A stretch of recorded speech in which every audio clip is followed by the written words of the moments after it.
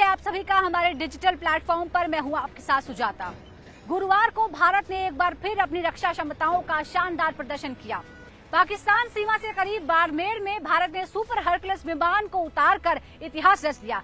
इस विमान में रक्षा मंत्री राजनाथ सिंह और सड़क परिवहन मंत्री नितिन गडकरी सवार थे।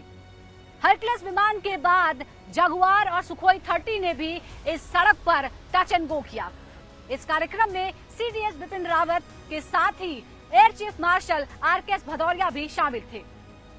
पश्चिमी सीमा पर मौजूद ये एयर स्ट्रिप रणनीतिक और सामरिक रूप से बेहद महत्वपूर्ण है। पाकिस्तान की सीमा से सिर्फ 40 किलोमीटर दूरी पर ये एयर स्ट्रिप तैयार की गई है। युद्ध और दूसरी तरह के आपदा के वक्त ये एयर स्ट्रिप बेहद महत्वपूर्ण साबित हो सकती है। युद्ध के दौरान फाइटर प्लेन इस पर लैंड कर सकते हैं और साथ ही किसी तरह की आपदा में राहत और बचाव कार्य तेजी से हो पाएंगे। भारतीय सेना की ऑपरेशनल क्षमताओं को बढ़ाने के लिए भारतीय वायुसेना और एनएचएआई साथ मिलकर ऐसी कई हवाई पट्टियों का निर्माण कर रहे हैं। फिलहाल अगर हम बात करें तो भारत में ऐसी 12 हवाई पट्टियों पर काम चल रहा है, जिसमें 2 आंध्र प्रदेश में, एक जम्मू कश्मीर में और एक पश्चिम बंगाल में है। इन हवाई पट्टियों की खासियत ये है कि ये सभी सीमा के करीब ही बनाई जाएंगी। ये पाकिस्तान और चीन को भारतीय सेना की ताकत दिखाने का एक और मौका था।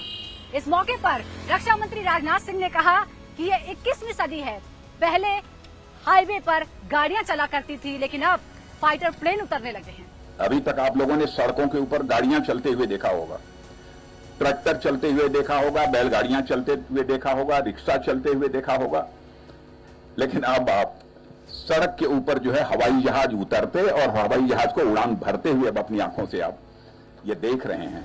इससे पहले air chief marshal RKS Bhadauria ये बता चुके हैं कि भारत की रक्षा आवश्यकताओं को देखते हुए अगले 2 दशक में 350 फाइटर प्लेन्स खरीदे जाएंगे। इसके अलावा पाकिस्तान और चीन के लिहाज से भारत की सामरिक क्षमता बढ़ाने पर लगातार प्रयास किए जा रहे हैं। सबसे पहले साल 2017 में आगरा लखनऊ एक्सप्रेस वे पर फाइटर प्लेन की लैंडिंग कराकर भारत ने ये दिखा दिया था कि यहाँ भी ऐसा हो सकता है। जर्मनी, स्वीडन, दक्षिण कोरिया, ताइवान, स्विट्जरलैंड, सिंगापुर ये तमाम वैसे देश हैं जहां पर पहले से ही फाइटर प्लेन्स की लैंडिंग के लिए नेशनल हाईवे और एक्सप्रेसवे का इस्तेमाल होता रहा है। भारत के पड़ोसी चीन और पाकिस्तान लगातार भारत के लिए चुनौतियां पेश करते रहते हैं। ऐसे में भारतीय सेना लगातार अपनी ताकत बढ़ाने की कोशिश करती रहती है और ये हवाई स्ट्रिप भी उसी दिशा में उठाया गया एक कदम है। हमारे साथ जुड़ने के लिए शुक्रिया। नमस्कार।